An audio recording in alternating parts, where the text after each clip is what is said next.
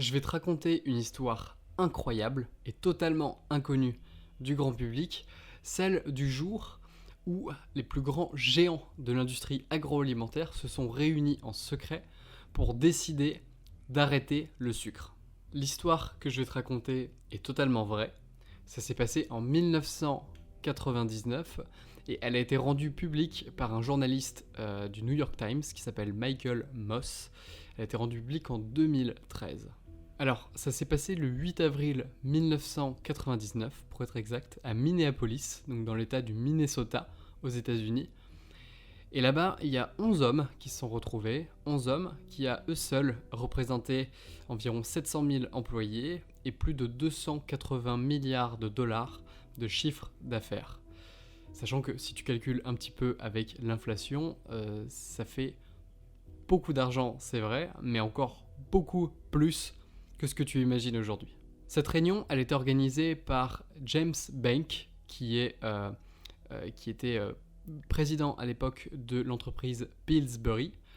Et parmi ces hommes qui ont été invités, tu as des personnes qui représentent Nestlé, également Kraft, que tu connais peut-être pas, mais qui était racheté depuis, mais qui était à l'origine de la marque Oreo, les cookies. Également General Mills, qui détient la marque Yoplait. Procter Gamble, qui est un peu moins connu en France, mais qui fait aussi des produits d'entretien comme Monsieur Propre, Pampers, etc. Et Coca-Cola et Mars, et ceux-là, je pense que tu les connais très bien. À ces personnes, tu ajoutes également les représentants des entreprises Cargill et Tate Lyle, qui sont en fait des entreprises qui approvisionnent ces grands géants de l'industrie agroalimentaire dans pas mal d'ingrédients essentiels à leur succès, à savoir les sucres, mais également pas mal d'additifs différents, le sel, notamment le sel industriel, et les matières grasses transformées. Et pendant cette réunion, il y a plusieurs intervenants, notamment des chercheurs qui ont été invités par James Bank, qui vont démontrer que l'obésité devient un vrai problème de santé publique. Il va montrer les différents chiffres, notamment les fameux chiffres qui disent que déjà en 99, la moitié de la population américaine adulte était en surpoids et qu'un quart de cette même population était en situation d'obésité. Pourquoi est-ce qu'il montre ces chiffres ? Tout simplement parce que sa grosse crainte, c'est qu'avec l'inquiétude montante, on va dire, pour l'hygiène de vie, pour l'alimentation et les aliments industriels, sur lesquels ils avaient jusque-là fermé les yeux, que tout ça, c'est un coût public énorme et qu'on se retrouve avec le même type de scandale que celui de l'industrie du tabac qui battait encore son plein à cette époque-là. Et donc, ce qu'ils vont faire, c'est qu'ils vont avancer beaucoup d'arguments différents pour convaincre. Le but, c'était de convaincre tous ces industriels de s'allier, même s'ils sont rivaux dans la vie de tous les jours, de s'allier pour trouver une solution et diminuer, au moins contribuer à la diminution de l'obésité, du gros problème d'obésité aux États-Unis. Bon, dans le reste du monde, parce que ces grands géants impactent également le reste du monde, mais en l'occurrence ici, les États-Unis, c'était le territoire le plus directement touché. Donc le but, c'était de s'accorder sur la réduction des sucres, notamment des sucres ajoutés, et de pas mal d'autres produits qui contribuaient à l'addiction que pouvaient avoir les consommateurs sur ces produits-là. Et le but était de réduire tous ensemble parce que forcément, ils sont conscients que si seulement l'un de ces géants réduit ses doses, il va perdre des parts de marché parce que les consommateurs vont naturellement se tourner vers les concurrents. Et donc le but, c'était vraiment de trouver un accord, d'avoir un plan de réduction de tous ces additifs et notamment des sucres pour contribuer au moins à leur manière au retour à l'ère normale, en tout cas au combat contre l'obésité, sans pour autant se pénaliser au niveau du marché de l'agroalimentaire. Alors il faut savoir que les intervenants à cette réunion ont su se montrer plutôt convaincants, qu'il y avait vraiment une atmosphère assez lourde et palpable des dires, en tout cas des personnes qui y assistaient, et que ça paraissait assez impossible d'ignorer totalement les faits qui étaient exposés devant eux. Ce qui s'est passé, c'est qu'ils sont tous ces hommes se sont tournés vers un homme. En particulier, les regards se sont portés sur lui parce que c'était celui qui allait être le plus impacté par ce genre de mesures.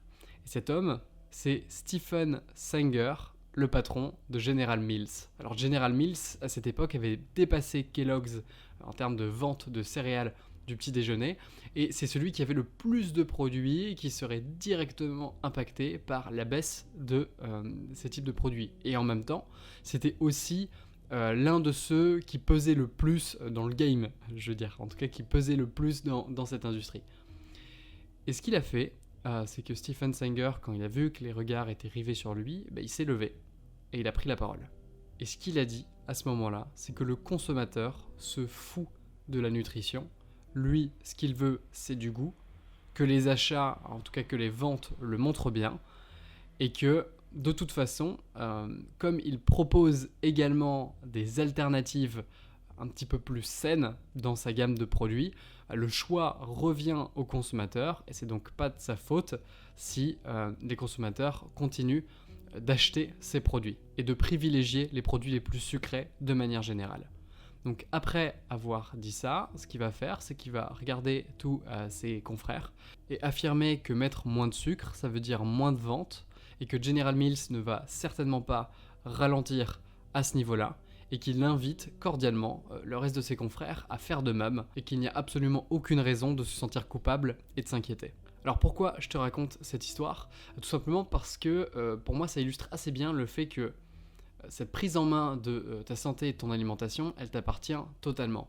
Que tant que les consommateurs vont continuer d'acheter en fait des produits totalement transformés qui vont être mauvais pour leur santé, les industriels n'ont absolument aucun intérêt à diminuer ce type de produits, et qu'en fait à partir du moment où on fonctionne, si tu veux, dans un modèle capitaliste, et encore une fois je dis pas ça d'une manière péjorative, mais le système capitaliste en lui-même appelle à générer plus de capital, plus d'argent. Et donc, du moment que les consommateurs vont vers ce type de produit, c'est plus intéressant pour les actionnaires, pour les résultats en fait en fin d'année, de continuer de miser sur ce type de produit. Et donc, c'est comprendre que tes habitudes de consommation, c'est un acte de vote en fait, directement. Et donc tu ne peux pas attendre que l'initiative vienne de quelqu'un d'autre, qu'elle vienne de l'État par exemple, parce que qu'on le veuille ou non, et c'est pas forcément une mauvaise chose, mais l'État, lui, pour rester compétitif au niveau mondial, il est également dépendant de la bonne, on va dire, de la bonne santé financière de ses entreprises principales. Et aujourd'hui, les plus grosses industries ne sont pas seulement celles de l'énergie, c'est également celles de l'agroalimentaire. Et donc, l'acte, en fait, le changement, l'initiative, on va dire, elle doit venir de toi, et tu peux pas t'attendre à ce qu'on t'apporte sur un plateau les solutions pour que tu prennes en main ta santé. Voilà, je sais pas si ce format te plaît, si c'est le cas, n'hésite pas à me le dire dans les commentaires. J'en ferai d'autres si jamais vous êtes plusieurs à me le demander. De mon côté, ce que je veux avec cette chaîne, c'est te transmettre un maximum d'informations pour que tu puisses prendre tes décisions en connaissance de cause. Je me fiche du fait que tu prennes des spécial cas au petit déjeuner. En revanche, ce que je veux, c'est que en les mangeant, tu ne te voiles pas la face en pensant que c'est forcément bon pour toi.